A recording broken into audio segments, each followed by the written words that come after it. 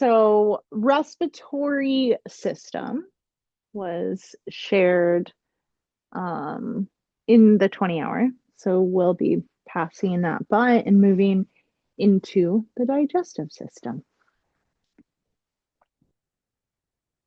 So again, I think like I can't really teach about one system without all the other systems. So I believe that like now also we've kind of already started to go through the digestive system. Um, and hopefully it's like clear that the digestive system isn't just about breaking down food. Um, it's also about like deciding what we take in. It absorbs nutrients that are important and foundational to keeping the body healthy. And it releases as well, like all that we no longer need. Haha.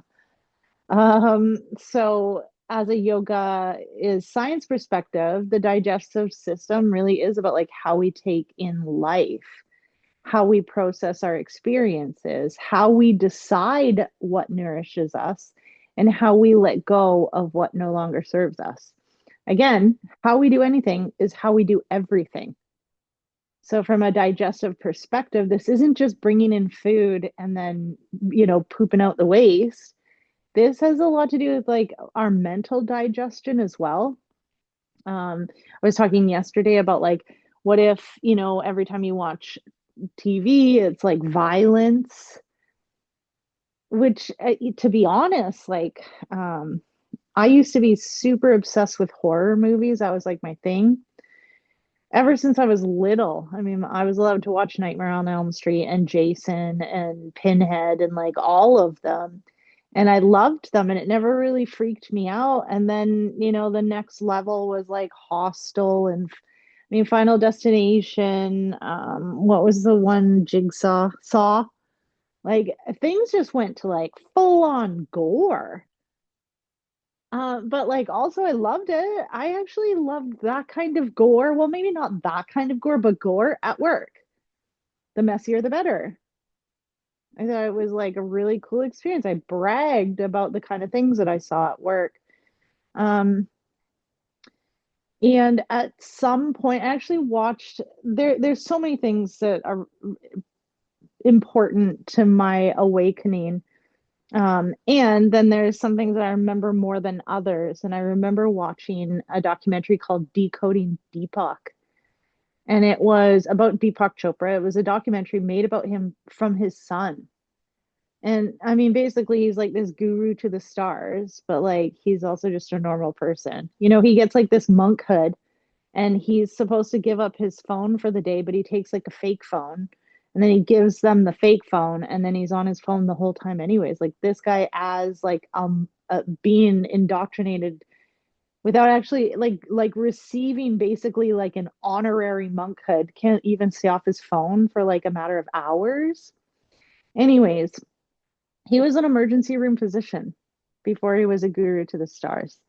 And his son takes him to this like boxing match and he's talking about like he leaves, like they start fighting and then he leaves and he says, and this struck me and I still remember it.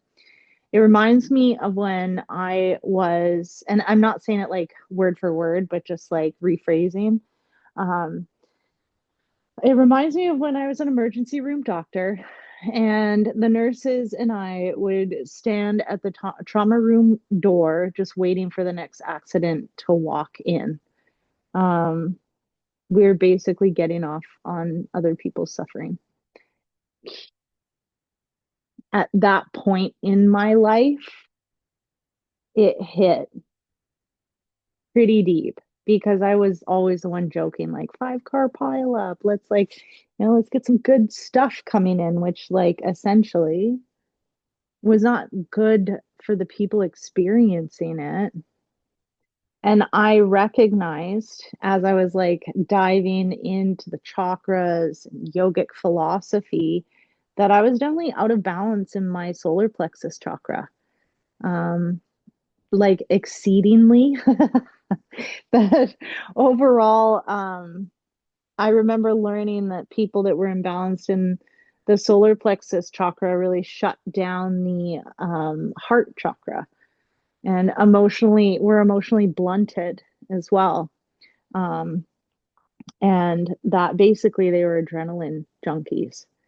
And I definitely was. Like, I love jumping out of planes and off things and um, roller coasters. I remember going one time with my kids to like Knott's Berry Farms, I think it was. And I'm like an adult. I'm with my mom, my grandmother, and my kids, and I'm the only one that's riding the roller coasters because they were too freaked out. Um, and kind of all these things culminated, and I stopped nursing. And there was a moment when when I got into yoga, I also really loved stand-up paddleboarding. I got into stand-up paddleboarding yoga, and I owned a stand-up paddleboard company. I had built and designed this trailer and had like 20 paddle boards, all this stuff, but it wasn't making me any money. And then when I made a deal to teach, I couldn't use my own boards.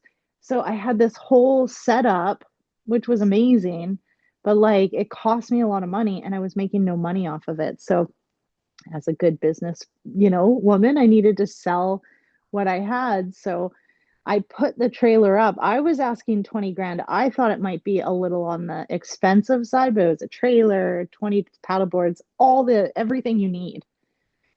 Plus a bunch of things that I had designed. It was really cool. And immediately, like, there was this massive response to it. And I had already left nursing. And in my transition of leaving nursing, I still was like a supervisor at a care home. And I did some clinical nurse educating, I did some supervisory stuff. In fact, the care home was trying to like groom me to be a manager, but I decided like instead to start my own thing. And there was this massive response. Um, and all these people were trying to buy the trailer and they were like trying to get a hold of me and like first come, first serve and all this stuff. And I remember like I had this massive hit of adrenaline and I hadn't felt it since I left the emergency room. And I had this moment of like, whoa, like I'd just done crack after not having done it for so long. Like there was initial excitement and then like a total freak out, like, and guilt, like I had taken a drug. And then the come down of like, whoa, what was that? And recognizing like I had a major problem, and that problem was adrenaline. So on top of it, when I go to work, blood and gore and sick people. When I sat down and relaxed, violence. Even when I found a way to like bring adrenaline into yoga. And when I was doing anything that was you could consider like a hobby or a vacation, it was to like surf or hike crazy places or like do these like insane things. And so I started to realize like digestively what I'm taking in is so unhealthy. I'm just activated all the time. No wonder I don't feel any emotions. I just bypass everything and go for the good stuff. So, the idea of the pleasure principle as a part of the nervous system and our evolution, I saw exactly where that becomes a problem because being drunk feels good and being sober does feels terrible. Getting high feels good, sobering up feels terrible. Being in chaos and craziness feels like good. It's what I know. And sitting in silence is the worst thing I could ever do in my whole entire life. Whoa. So, this pleasure principle is actually like an important part of our survival and evolution. But here it is in modern industrial time as like a terrible thing where can't I can't even like differentiate healthy from unhealthy because the coping, which is unhealthy at the time, was how I dealt with everything, is how I didn't feel. That's why when I started going to AA, and then I preferred NA because there was way more tattoos and way less like super Christian older people. I realized like, holy cow, I would not just say, hey, I'm Clint, I'm an alcoholic. I would say my name is Clint and I'm an everything. The more I looked at it, the more I saw that everything I did was like in this really addictive way.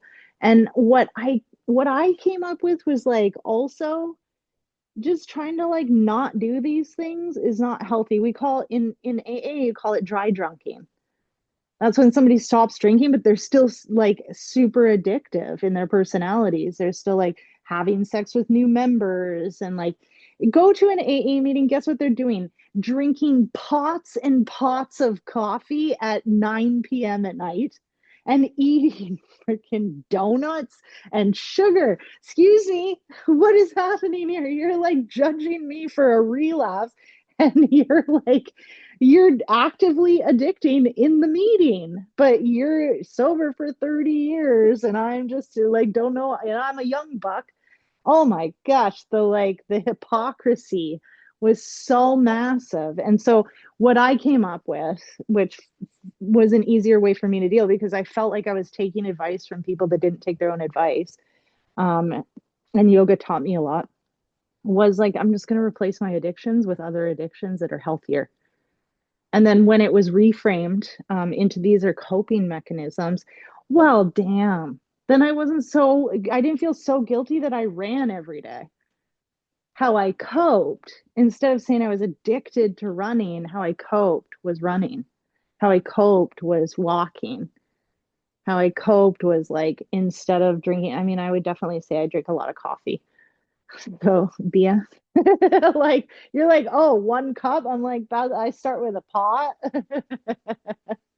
And that's nothing. I think I have ADHD, and so like I'll drink a pot of coffee and go to sleep. Like I have no problem. My partner has a cup, like half a cup of coffee, and he's like anxious and done for the day. Um, so yeah, anyways, what I started to realize specifically is like digestion is beyond just what I'm taking in my mouth. Like it's everything that I'm taking in, which now connect back to the values, right? What am I taking in? How am I absorbing? How am I digesting? What am I letting go of? What is circulating through me? So digestion is like at the crossroads of the way that we work, our emotions, our stress, our immunity, and our consciousness. We digest through with our whole body. And that's how I guess, like, just to go back to the Instagram post earlier, where, that person said that, like, medically interpreting yogic philosophy was harmful. And I can see how it can be because if I think it's Samana Vayu and say that that's like digestion in general and that's it, then I'm limiting my perspective. When I see Samanavayu as digestion and absorption for like a wind, I guess you could call it, but I like the Sanskrit terms of things because I go beyond just like this idea of wind and look at it as like a whole body process of what I'm taking in, what I'm distributing, and what I'm letting go of.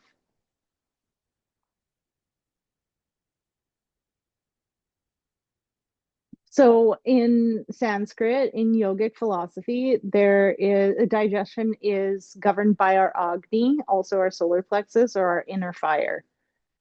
And within our digestion, there are enzymes, hormones, like muscular contractions, there's microbial ecosystems, and this major neural network known as the enteric nervous system. So I don't think these are two separate ideas. I think they're two languages describing the same intelligence because your digestive system is intelligent. And that's why the idea of like enteric nervous system is part of our medical language. when you have a gut feeling, like where is that coming from?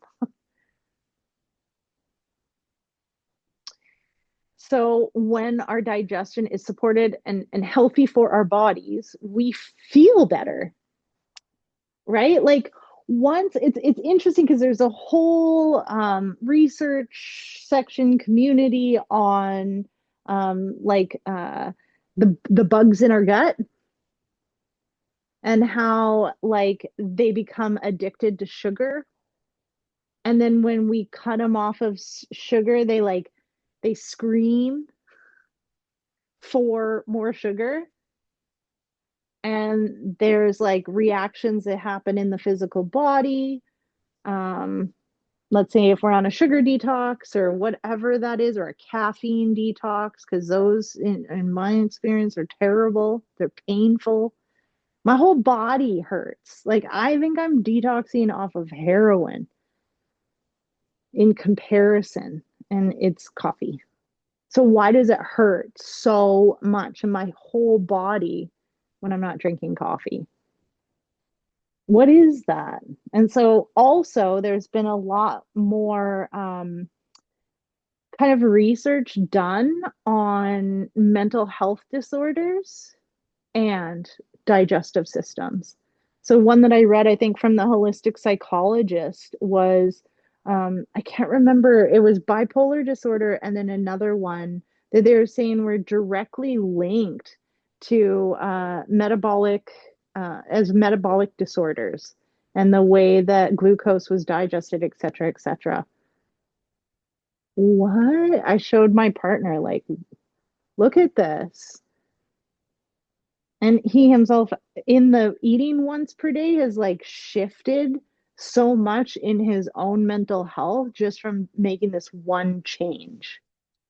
So there's, yes, this like these studies and references and things that you can look at, but there's also like real world experiences like proving these things to be true. And then remembering a little bit about what we talked about yesterday, that not every practice is going to work for every person. So I can hear like, oh my goodness, I have this thing, and this person did this thing, and then they were fixed or whatever, and then I try it and it didn't work for me. And I also feel that way, and I warn or like just want to bring it up of like this idea of us as spiritual warriors healing, going through life, trying different holistic practices, having something work for us, and then becoming like all about it, which is great and awesome, but then telling other people that this is what's going to heal or fix them. I mean, I know people that have received Reiki treatments and said that their cancer was cured. And I know many people that have been Reiki practitioners that actually have cancer. So clearly it worked for this person and not for that person. And there's so many different things that brought them to that situation and lens, experience, whole thing, that I we don't get to sit here and say, listen, Reiki's going to cure you. I mean, you can, but then when you don't cure someone, when you do Reiki on them, like how do you explain that? So I think that all of these things are supportive and that we have a journey. And part the like why I'm bringing this up here is because we all digest different. Give me bread. I'm pretty sure I'm good. Like I'll eat it all. I got no problems. Give me milk. I don't like it, but I'll eat ice cream all day long. I don't think it really affects me. I'm like iron gut. Spicy. Like give it. I'll eat full jalapenos. I'm good. And somebody else cannot eat bread, get bunged up, have huge issues. Milk makes them fart or throw up. Like, so what works for one doesn't necessarily work for the other. Our digestion is clearly linked with our immune system and our neural network. So when our digestion like isn't balanced, then our symptoms will ripple outward into our mood, our immune system, our hormones, our pain, our fatigue, and our mental clarity. I can tell you all day long. You may not be the age of like perimenopause. I think it's becoming more and more of a thing that's like, more, well, it's the opportunity for pharmaceutical companies to make money. So, of course, a penis doesn't work, that's fixed right away. But now they're like, wait, we're missing this huge, like target sector. So we should start paying attention to women's problems too. So there's like more of a focus on perimenopause. But all I know is I didn't know that I was in it because like way too young, right? I asked a friend, like, are you in menopause? And she was like, I'm 48. Like she was mad at me. And I'm like, oh, I'm like 42 and I feel like I might be. Now I'm 46. I went to Nepal. I was fine. I came back. I was in perimenopause because I went with a bunch of menopausal women. They were like, I said, I have frozen shoulders. She's like, oh, hitting menopause, are you? I'm like, what? What do you mean? Why didn't my freaking physiotherapist tell me that it's a symptom of menopause? What are you talking about? I left Nepal and was like, what? My life is different. And thank goodness, because that's when it started to hit like, no wonder my joints hurt and I can't remember anything. And I've been sweating at night and just wondering, like, why all of a sudden do I sweat in the middle of night and it's not even hot out? I don't get it. I think I've had like three hot flashes. Thank goodness, three. But it was like all of a sudden everything made sense. And then I chose to start looking at my diet and what I was eating and how much I was eating. Again, like I said, this is not a massive change. Like I went from eating total crap and way too much to like this way better diet. No, it was like more protein, less carbs, and not much of a shift, but like less and less frequently. And I can tell you, like, oh, the pain in my body is massively reduced. And I've like, yes, stress, like I teach this stuff all the time. So I know, like, yes, this, yes, that, but like it all wait. And now I'm not perfect. My shoulder is still frozen, but it doesn't like hurt to move, and that's really nice. And the only change I really made was my intermittent fasting, and then some changes within the food. So my digestion increased my mental clarity, decreased my fatigue, decreased my pain. I think that must mean it balanced out my hormones. I haven't been sick in quite some time. And I mean, I feel better. And all I hear is like these stories about like menopause being the worst thing ever. I'm 40. I almost said I'm 48, but I'm 46. So I know there's more time to really enjoy everything. But I'm going in like prepared. It's like having knowledge of food allergies. I feel like I'm going in like knowing more than I did.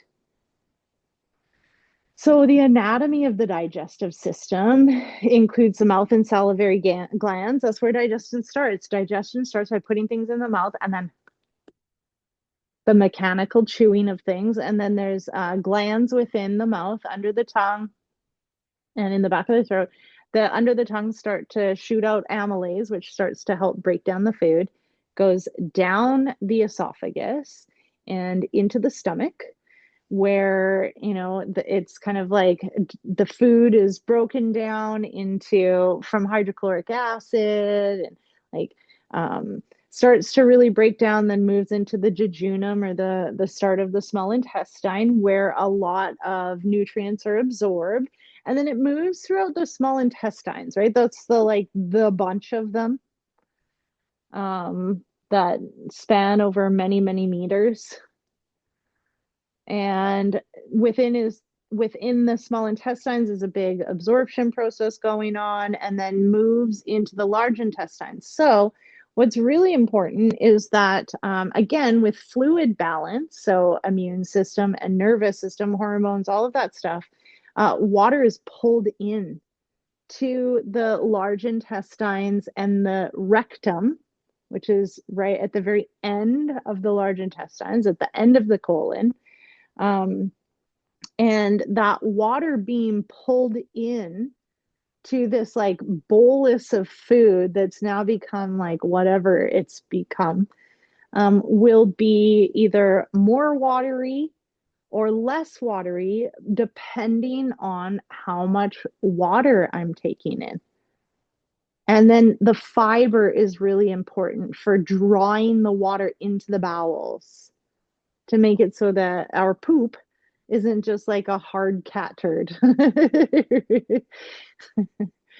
That is not comfortable. When we go beyond that, when you don't drink enough water or have enough fiber, which comes from fruit, right? Appropriate sugar, and I think leafy greens. Um, when that isn't enough fluid kind of in our bowels to create like a the idea is soft ice cream. That's like the healthiest kind of poo we want to have. Um, then what happens is we cause issues in evacuating. So we don't stop at the large intestine, then we have the rectum and the anus. And so I can't go a day without talking about, rectums and anuses and genitals. So um, I do speak a lot about like yogi squat helps us with our digestive system. I think it's a pose that we should do every single day, prior to like sitting on chairs, couches, on toilets, and at desks all the time. I mean, yogi squat, I'd called it like waiting for the bus pose, cooking pose, like in India, in Southeast Asia. That's how a lot of people like hang out. Like, that's how a lot of people do a lot of things. And when we do this thing by sitting on a throne, when we bring our hips up over our knees, what we do is there's a band that kind of holds the rectum and different parts in place. And when we bring the hips up over the knees, the band kind of like cuts the rectum in half. Not cuts it, but like puts pressure on it.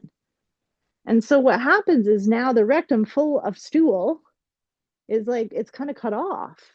So we're really probably going to like, but when it's full, that's the urge to like defecate. That's when we have to poo. So when it's kind of cut off and that band is in the middle of things, that means we have to push to get it past the band and then out. And when we have our hips below our knees, the band doesn't cut off the rectum. So evacuation happens without a lot of pushing. When we push, we cause hemorrhoids. We explode like vessels in our buttholes. Butthole's one of my favorite words, just FYI. We create hemorrhoids, and like lots of people in North America slash South America have hemorrhoids, a massive amount of people, because of their bowel habits. So something that you can do, yogi squat is really helpful, but also like a squatty potty or just a stool. Like it doesn't have to be like a $70 poop stool. You can just get like a dollar store stool and then have that to put your feet up on. Someone that stayed at my Airbnb used a yoga block, even though I had a stool in there. Thank you. Um, there was no other reason for the block to be in there, so I just assumed they didn't see the stool, which folded up and went to the corner. So what that does is it brings your knees up over your hips, even though you're sitting on the toilet, and that helps with like full evacuation, not having to push. So the way we poop is a big deal. And what we poop is a big deal. Like if it's, like I said, like a hard cat turd, like that's not very helpful that we have to push. We can cause micro tears, which, I mean, if you poo out blood, lots of people really freak out about that. Often just a little bit that's red is actually, it's not that alarming. Darker blood is often a sign of like ulcers or bleeding in the upper GI. Bright red is fresh blood, so it's lower GI. And if it's only a little bit, I mean, that's a very sensitive tissue. So if you have hard poos, your poo could tear your colon and your rectum, and not like tear it open and now, but like micro tears in the mucosal lining, and especially right at your anus where it's coming out. So I hope that you love talking about poo as much as I do. It's one of my favorite things, usually because everybody gets uncomfortable. And I'm like, we've talked about masturbation, genitals, anus, and we might as well talk about poo because honestly, these things are like really natural things. How messed up is it that like you're born and you shit, and yet it's like it's something I need to hide? It's so terrible. Like, it's not a carbon-based living. And if you don't poo, do you want to know how many people come to emerge with poo problems? An incredible amount. And do you want to know that it's also like, I mean, bowel protocol is like it's like a thing. It's put someone on bowel protocol so that I don't have to reorder as a doctor the 27 different meds that I need to give people to help them poop, because in a care home, they're not moving. Older, if they're taking like medications, if they live on their own, if they're disabled, like if they eat like an old school diet, like this is so freaking unhealthy. And I mean, my mom still cooks like the nuclear family, like canned goods. Actually, is that Summer and her partners, and they have like canned corn and canned cream of corn and like canned soup. Sari had like a ravioli. Here, Videos matching ravioli. Siri just went off. Here are 5 videos matching ravioli. So, um, I'm just like dumbfounded when I see like any members of my family still like involved in having canned food. I'm not judging if you do. I get it. Like canned corn is way easier to deal with than like corn on the cob. And putting like corn into a burrito bowl or something. Like I'm not being judgmental. And it is processed food. So I just don't eat corn. I know it's an inflammatory because it's so genetically modified. And if it's canned and I didn't can it, then I know that like canned food is tamasic, right? And there's different things. And I always think about this when I think about like my mom making lasagna or whatever she's doing. It's so like a shepherd's pie with frozen vegetables. Like it's so 1950s to me. And then I think I used to cook like that all the time for my kids. And then all of a sudden I just like didn't. And they hated all the food I made that wasn't chicken strips and French fries. And then, so then I just cooked 2 meals, which was a total disservice. I apologize, children. Uh, because I would just cook my own dinner and then whatever they wanted most of the time, because their stuff was easy to make and they ate like Mr. Noodles and like all those kind of itchy bun and craft dinner and all these kind of things. So, um, coming back after that rant, the liver, the gallbladder, and the pancreas are also important parts of the digestive system. The liver as a filter. I mean, look at we've got the liver super involved in the immune system, but also the digestive system. It's like the filter, it pulls toxins out of a lot of things. And there's this circulatory system all involved in like transporting like pulling nutrients from the food, but then like transporting waste to the liver, and then the gallbladder like secretes bile to break down fats at the jejunum. Like it's a whole situation going on in there. So each part, as I mentioned, is part of the digestive system. And I think I kind of like talked about this. It's part of the absorption, and there's a lot of microbes in there that give feedback and like communicate. There's a lot of the mesentery is there. That's the enteric nervous system. So there's a lot of back and forth between the gut and the brain that are done usually by hormones, like letting know like, oh, our sugars are up, so I need insulin. We've got some fat here, I need bile. Like it's intricate. It's one of my favorite things to learn about in the nursing system after the cardiovascular system, because I always thought that was pretty cool.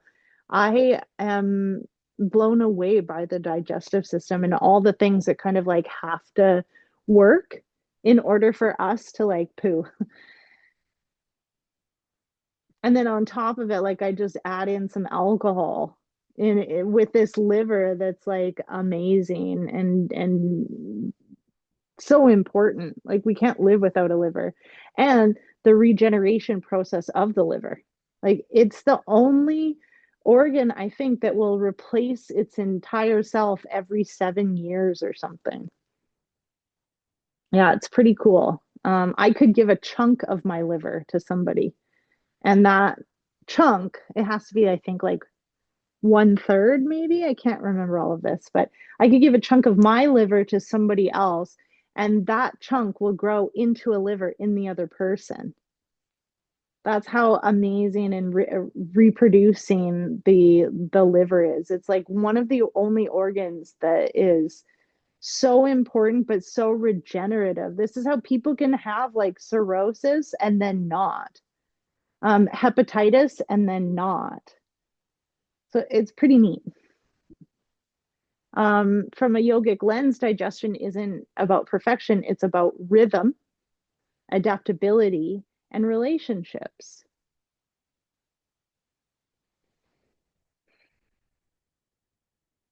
So the digestive tract contains over 100 million neurons, earning it the name the second brain. It communicates bidirectionally with the central nervous system via what? The vagus nerve, which explains why stress profoundly impacts digestion and why gut health influences mood, immunity, and cognition. So remember, when we go back to yesterday, digestion stops when I'm in fight or flight. I need all of my energy for more important things because I can go 3 weeks without eating. So I don't need to be digesting my salt and vinegar chips while I'm like fighting the riptide. I need to utilize every piece of energy I have in my body to swim out of this thing. And then I need to relax, discharge, release my stress so that I can go back to digesting my chips. If I don't, I'm in chronic fight or flight, and now I have digestive issues. My energy, if I'm constantly eating 3 meals plus per day, all of my energy, like every extra inch of energy, is going to digesting food. I, our digestive systems need a break. That's why fasting is a spiritual practice. So, in modern culture, digestion is reduced to like what happens in the tummy and the intestines. But our digestion begins even before the food enters our mouth. We see the food, we smell the food, so we prepare our bodies. It anticipates nourishment. This involves the nervous system in our digestion. Saliva production increases when I'm relaxed in anticipation based on me smelling the cooking lasagna. Stomach acid is released in preparation. Enzymes get ready to break things down, and the blood flow goes towards the gut. So this really only happens if I'm in a parasympathetic state, the rest and digest. Because if the nervous system is in fight or flight, then my digestion isn't priority. And we we talked about this yesterday. The nervous system cannot really distinguish real from imagine. So there's no difference between running from a saber-toothed tiger or rushing through a stressful day. It's the same to our nervous system. It's no different, running from a saber-toothed tiger or um, stopping at a traffic light and getting annoyed by the guy in the scooter to get off and take pictures of the Aston Martin in front of us while we sit at a red light that just turned green and we have nowhere to go.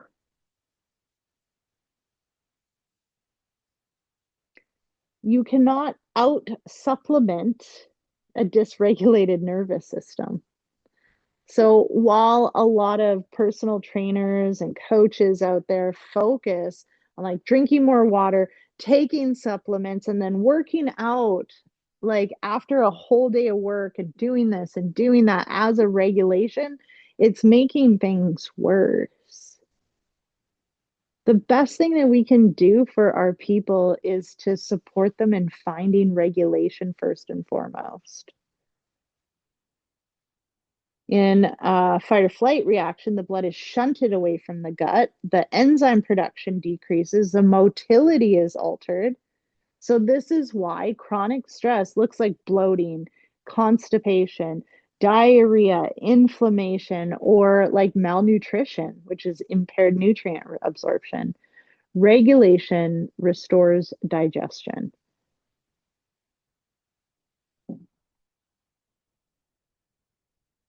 So if you've ever heard of the microbiome, great. If you haven't, great too. Like here it is.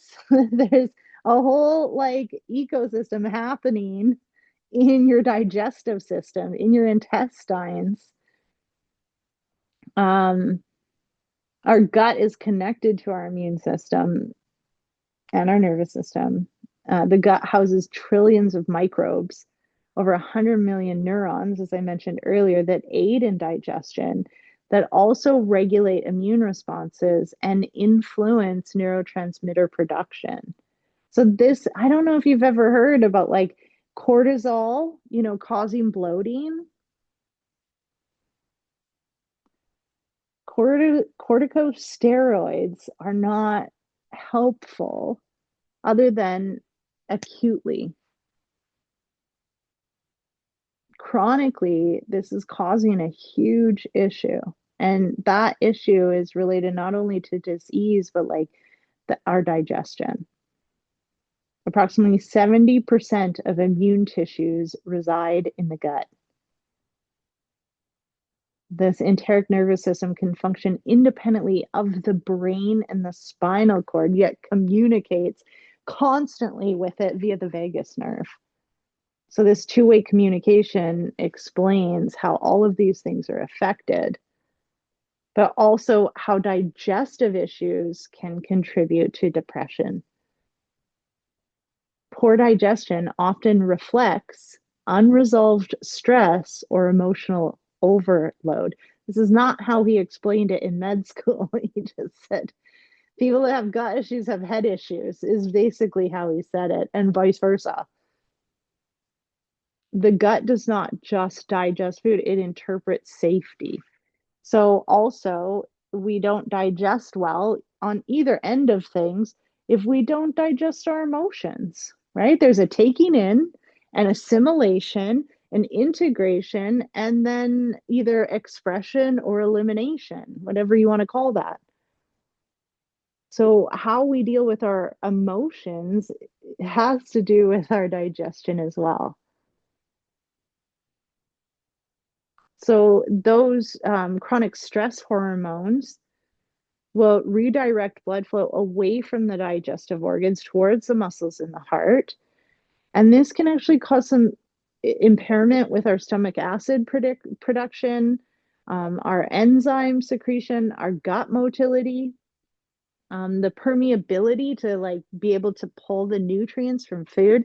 and inflammation and discomfort. Like on the list, I think is milk, soy, corn, and a couple other things that are known to cause chronic inflammation in the body. And part of like a well-rounded diet is to not take many of those things in. Milk from a cow is all good, but milk processed and given antibiotics, maybe not as much. Gluten,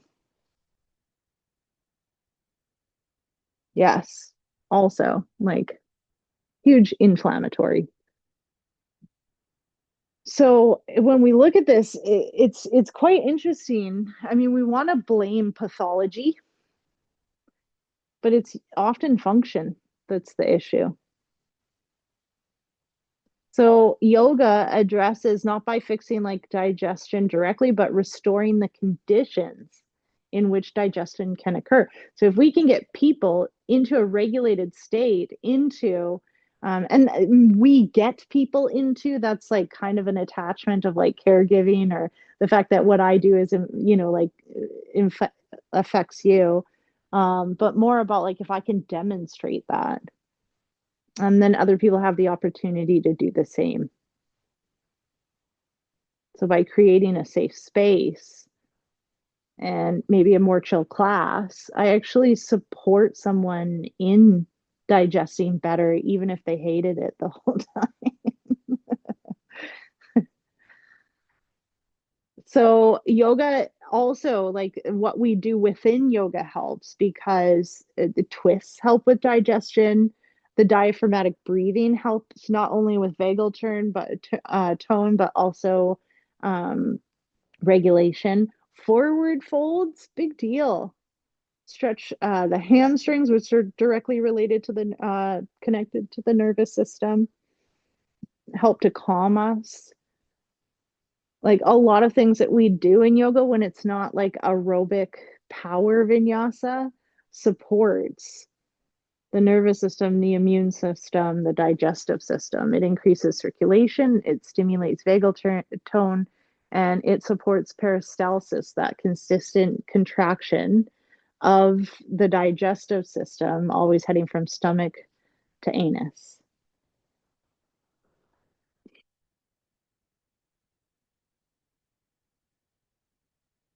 To have a fun experiential practice of mechanical and neural support for your digestion. It's just several little steps that one takes to just notice. Is like it's just a somatic practicing of creating support for digestion. So that's part of your homework. Make sure that you do 14.1, and notice how you feel when you started, and then notice how you feel when you're complete.